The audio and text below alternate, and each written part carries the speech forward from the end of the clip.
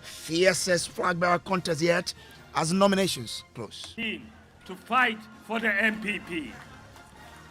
That is why I have never hesitated to defend this party, even at the risk of mockery by our opponent. The work that I did as the Minister of Education, having been given opportunity by the President and other government fathers, I began my work transforming public schools. I began my work bringing STEM education to Ghana. We'll hear from the camps who are lacing their boots for the 4-month campaign showdown. Details here on Top Story, always on Joy 99.7 FM.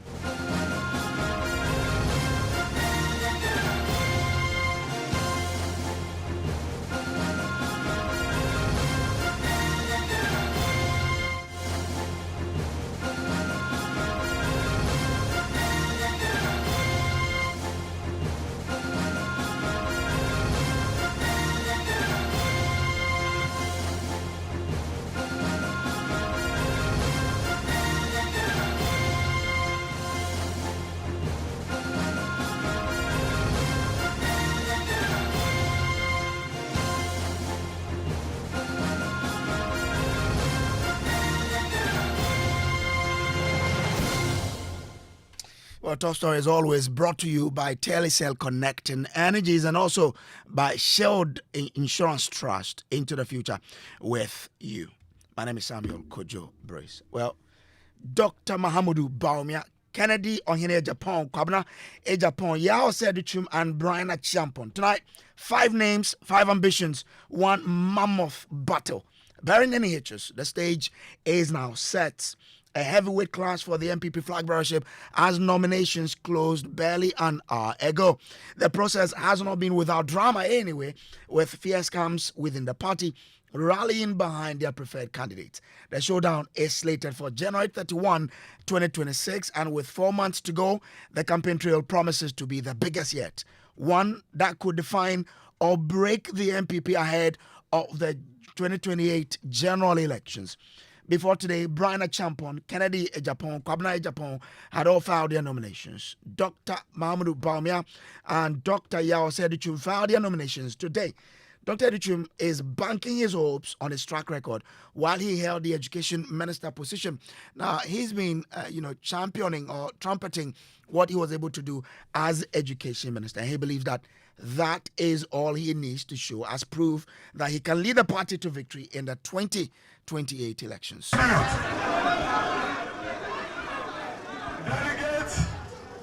who are hereby gathered, I want you to know one thing. As a young man growing up in the Ashanti and Western region, father who was uneducated, mother who was uneducated, spending substantial part of my time on the cocoa farm. I never expected that one day I'll be here, and on this day I will be filing my nomination to contest for the first Democratic Party.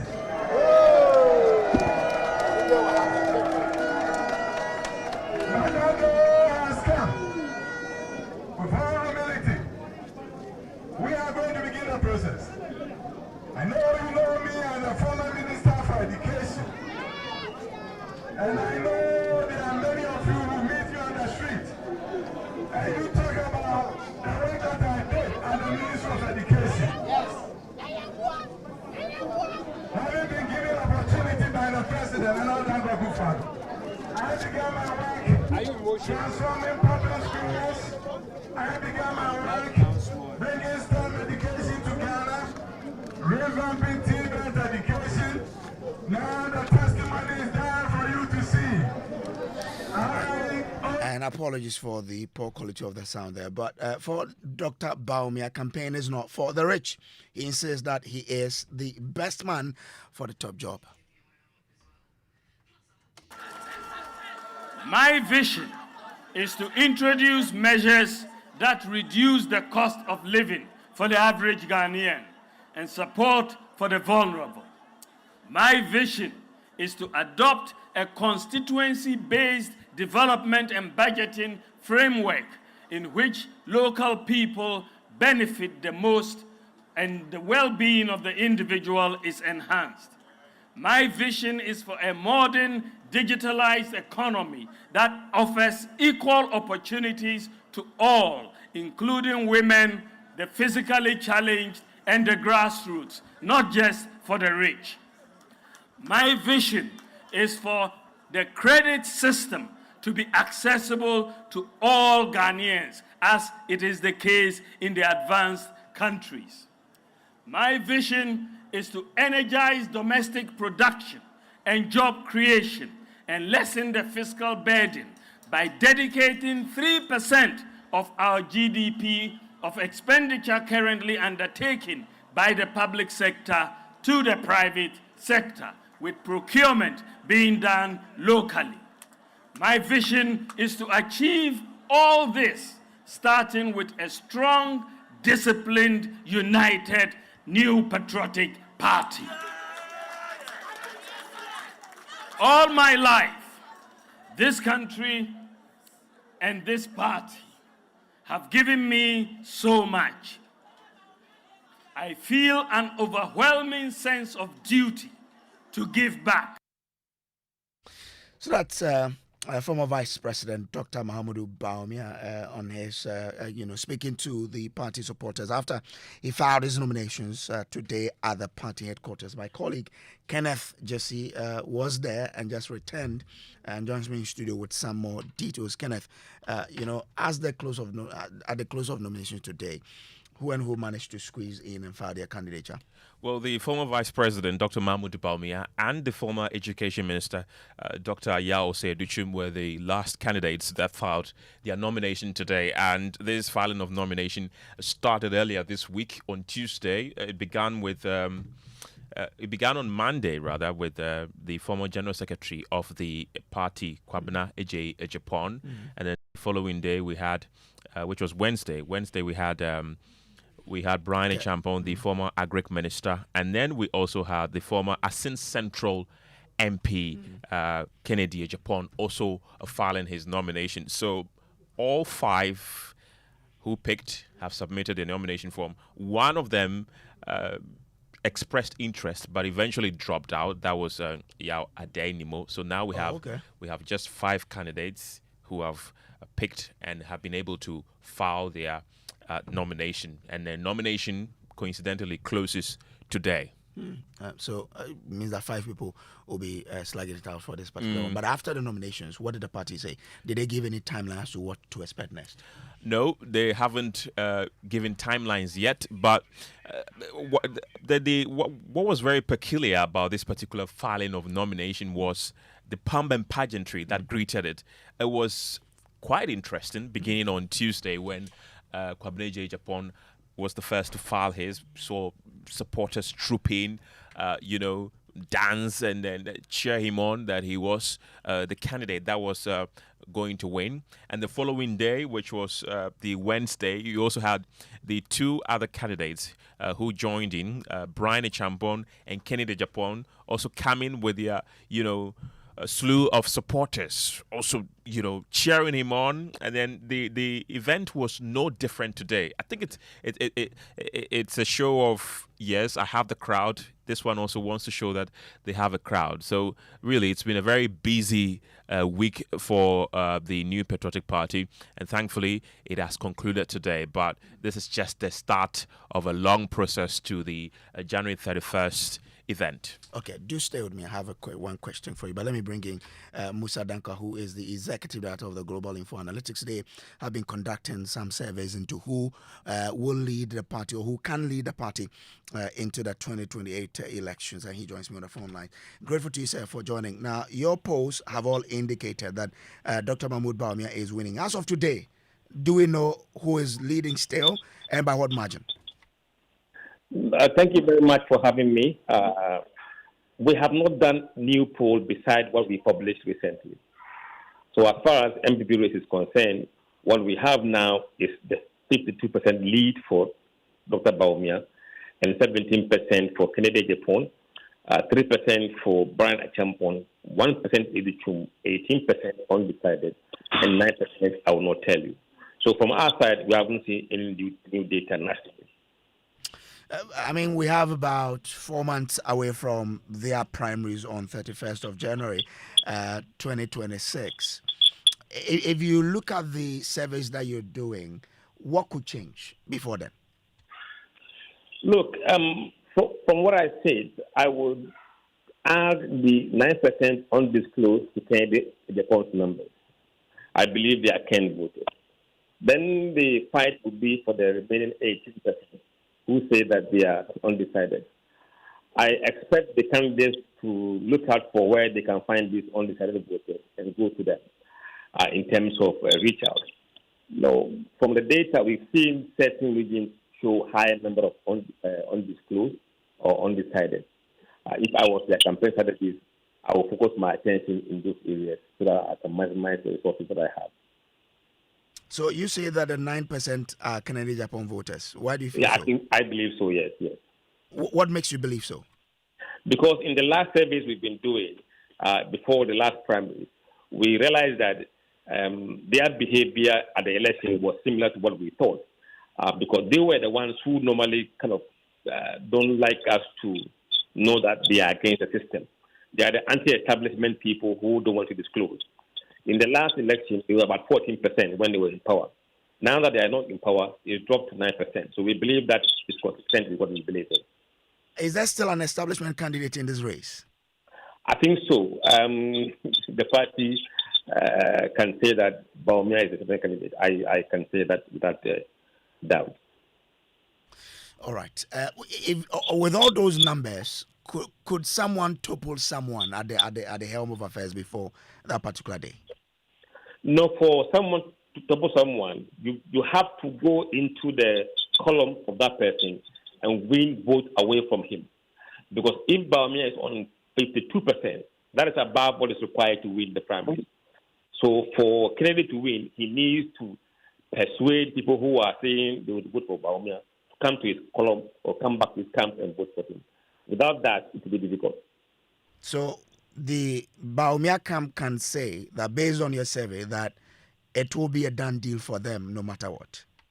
If I am one of them, I'll be very, very worried because we have some time to go and they are not well ahead in terms of the required percentage to avoid runoff. And if you have a situation where Kennedy supporters go up by the undecided voters and the rest, you have a close election. So he needs to work hard to increase his numbers, whereas Kennedy needs to go into Bawumia's numbers and take numbers from there. I'm grateful to you, Musa Danko, for joining us here. My pleasure. He is the Executive Director of the Global Info Analytics. Ken, let me wrap up with you. What's next? Right, so today is the closing of nomination, which is the 28th of August. Now, vetting will begin on September 15th to the 22nd. And then there's got to be recommendations of vetting reports to the National Council. That is set for the 29th of September. And then the submission of petition, if any, if there are any petitions that anyone has raised. The window for the submission is between the 30th of September to the 3rd of October, and then the NEC, that is the National Executive Council, and the National Council will meet to make a decision on the 7th of October. The publication of nominees will happen on the 8th. Balloting will be done on the 10th of October.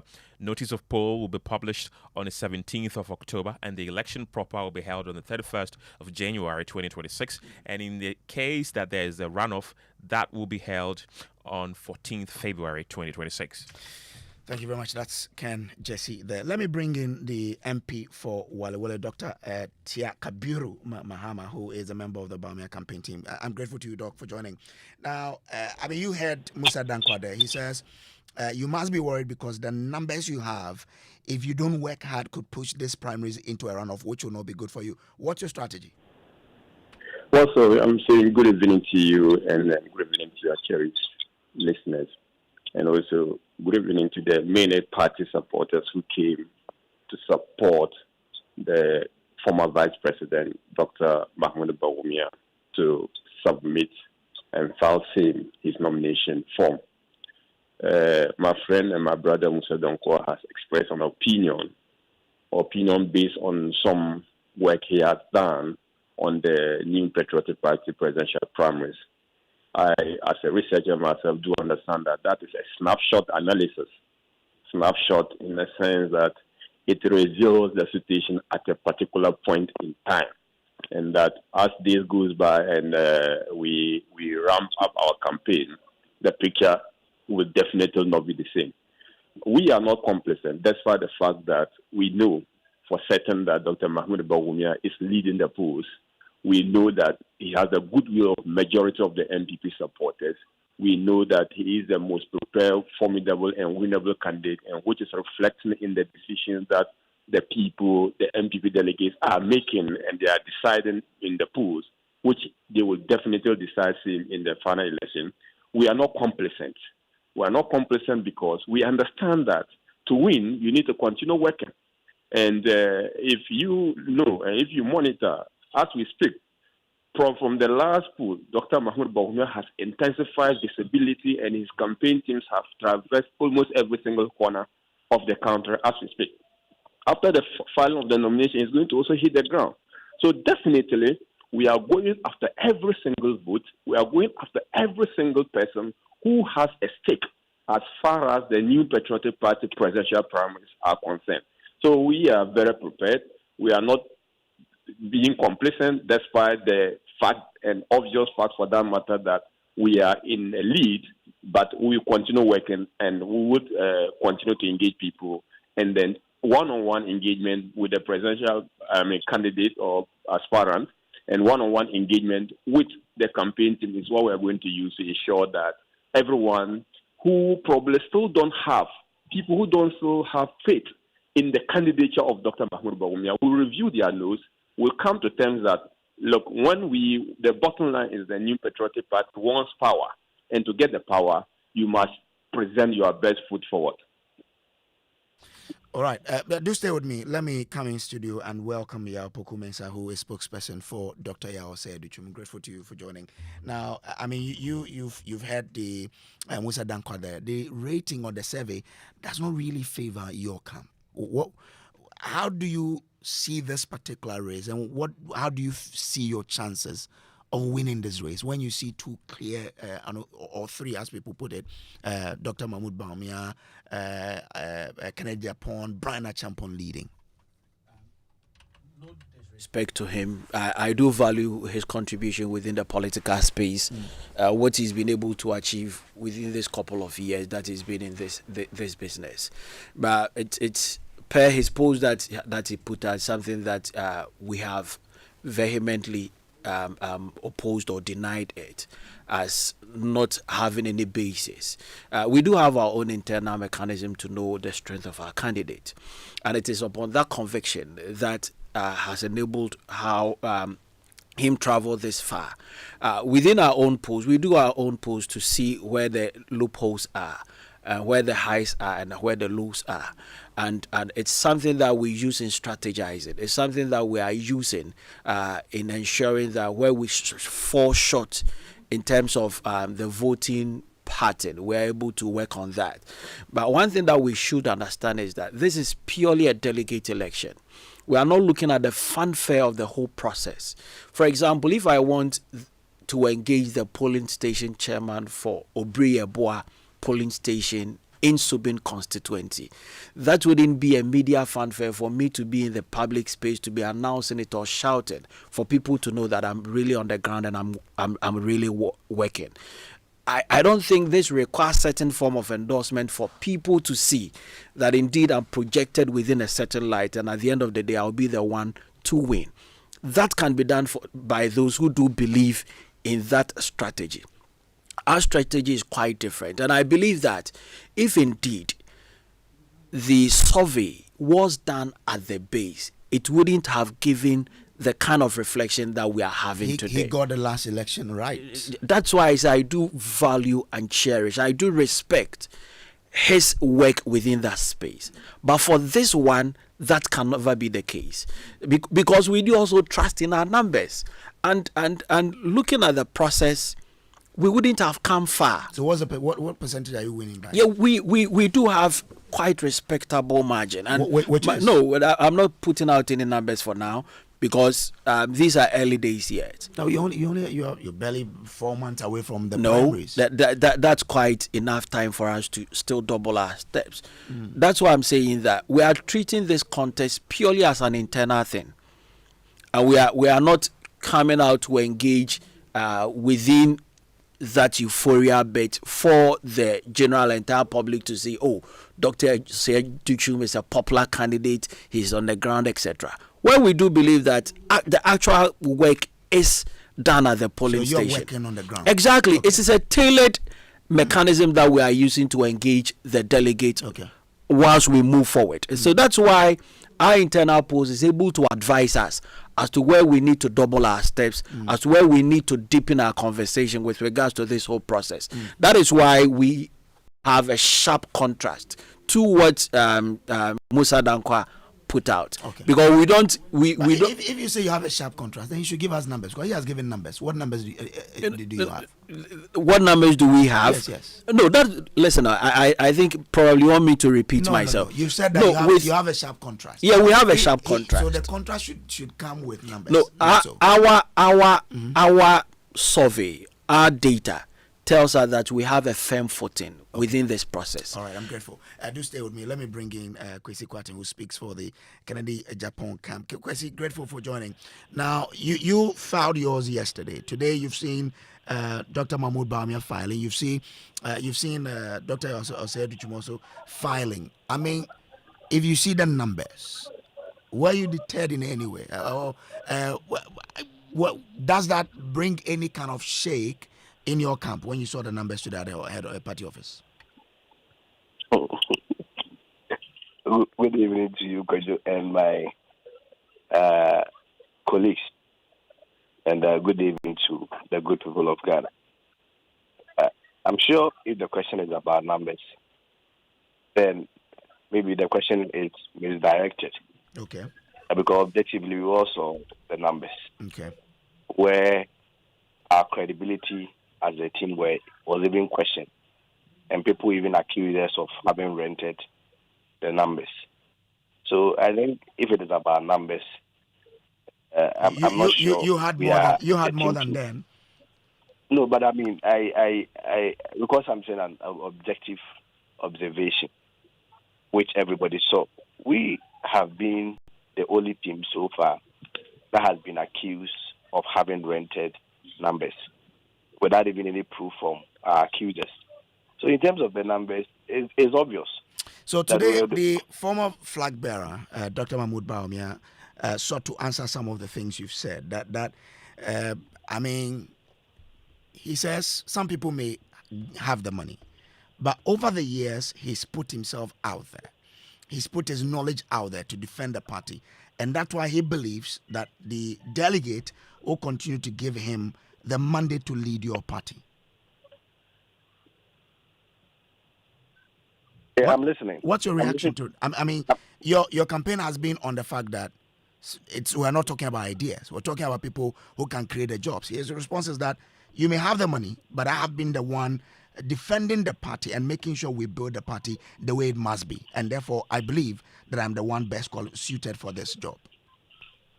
So, I'm not even sure in terms of our campaign. I don't know whether that job, who that job was directed to. But even in the case of Kennedy Agyapong, we have not even been talking about money. We are talking about winning power so that we'll be able to translate those ideas into results. Ideas alone cannot win election. No matter how beautiful your ideas are, if you do not win power, those ideas will just stay in the bedrooms of individuals who gave birth to those ideas. And, I mean, with time, they even become obsolete. What we are saying is that we need to get a winnable candidate, a marketable candidate. It is important at this point to also separate visibility from marketability. Somebody could be well visible, but not necessarily be marketed. I mean, that is, for instance, the case of Dr. Bawumia. He has all the visibility, but marketability has to translate into acceptance. If we look at the results of the last election, where in the northern parts of the country, he reduced his votes by 16.1%. In the southern regions, he reduced by 33%. In the national average, he reduced by 31%. Clearly, that is not acceptability or marketability. But there are several members of parliament who also dropped a lot of votes, but they are in parliament. So what is the anchor of that analysis to say because he dropped vote, he's not supposed to be given the chance again? Can you repeat your question? I'm saying that there are several members of parliament who also dropped votes in the last election. He wasn't alone in this, yes? Because people, you see, the popularity of the presidential candidate mostly moves the parliamentary candidates. If 2.1 million Ghanaians or 2.1 million of your voters do not come out to vote, how are you expecting the parliamentary candidates' votes to go up? And so it's obvious, it's understandable that parliamentaries will also drop votes.